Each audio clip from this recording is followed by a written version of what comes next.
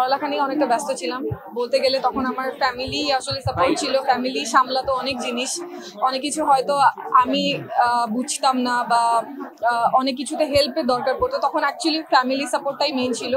আর বলবো যে family support ছাড়া আসলে মানে অতটা আপনি এগিয়ে যেতে পারবেন না স্মুথলি। যে কোনো অ্যাওয়ার্ড প্রোগ্রাম আসলে যারা অ্যাওয়ার্ড পায় তাদেরকে খুব ইন্সপায়ার করে আরো ভালো কাজ করার জন্য, অ্যান্ড যারা অ্যাওয়ার্ড পাচ্ছে না তারাও আরো মোটিভেটেড হয় অন্যকে দেখে যারা অ্যাওয়ার্ড পেয়েছে, যে আমারও আরো ভালো কাজ করতে হবে, আরো হার্ড ওয়ার্কিং হতে হবে নিজের যেই সেক্টরে আছে সেই সেক্টরে।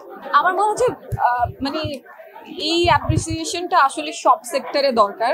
এখানে উদ্যোক্তাদেরকে যেভাবে প্রায়োরিটাইজ করা হয়েছে, মানে একই ছাদের নিচে এত উদ্যোক্তা, এই ক্ষেত্রে হয় কি সবার পরিচিতিটা অনেক বাড়ে, সবাই নিজেকে আরো বুঝতে পারে যে আমার আসলে আমার কাজের কোয়ালিটি বা আমার আরো কি কি নিজেকে ঠিক করতে হবে বা কতটুকু কি আমার ইমপ্রুভমেন্ট দরকার।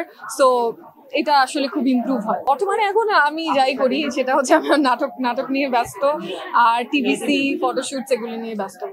নাটক থেকে দূরে আছে আমি বলবো যে কোনো ভালো কাজের জন্য ওয়েট করতে হয়, সময় নিতে হয়, সময় নিয়ে যে কোনো জিনিস সময় নিয়ে করলে সেটা অনেক ভালো হয়। প্রথমত উদ্যোক্তাদের সাপোর্ট করতে আসি, সেকেন্ড হচ্ছে I have my own brand, আমার নিজের ব্র্যান্ডও থাকে অনেক জায়গায়, সো আমিও দেখতে আসি আসলে আমার ব্র্যান্ডের কি অবস্থা, ওটা দেখার জন্য আমার আসা হয়। আর অভিনয়ের পাশাপাশি বলবো না, আমার বিজনেসটা আমার আগে ছিল, তারপরে আমি অভিনয় এসেছি।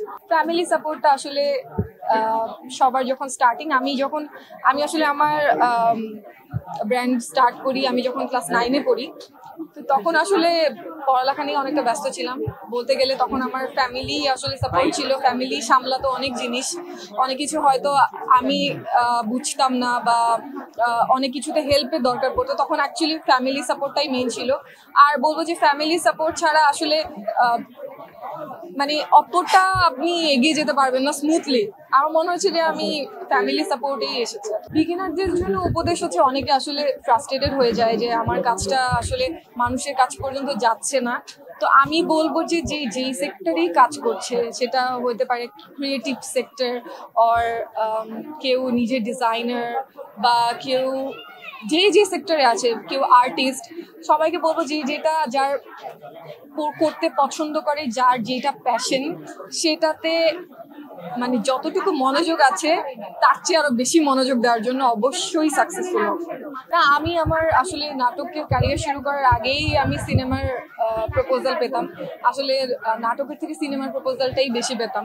তো আমি আসলে আমার ওই প্ল্যানটা নেই, আর আমার মনে হচ্ছে যে আমি এখনো এত ক্যাপাবল না সিনেমা করার জন্য। সিনেমা আসলে খুব বড় একটা ব্যাপার, নাটকও খুব বড় ব্যাপার, বাট তাও আমার ওটা আসলে আমি ওই জায়গাটাতে এখনো নিজেকে পরিপূর্ণ না দেখে আমি কমফোর্টেবল ফিল করছি।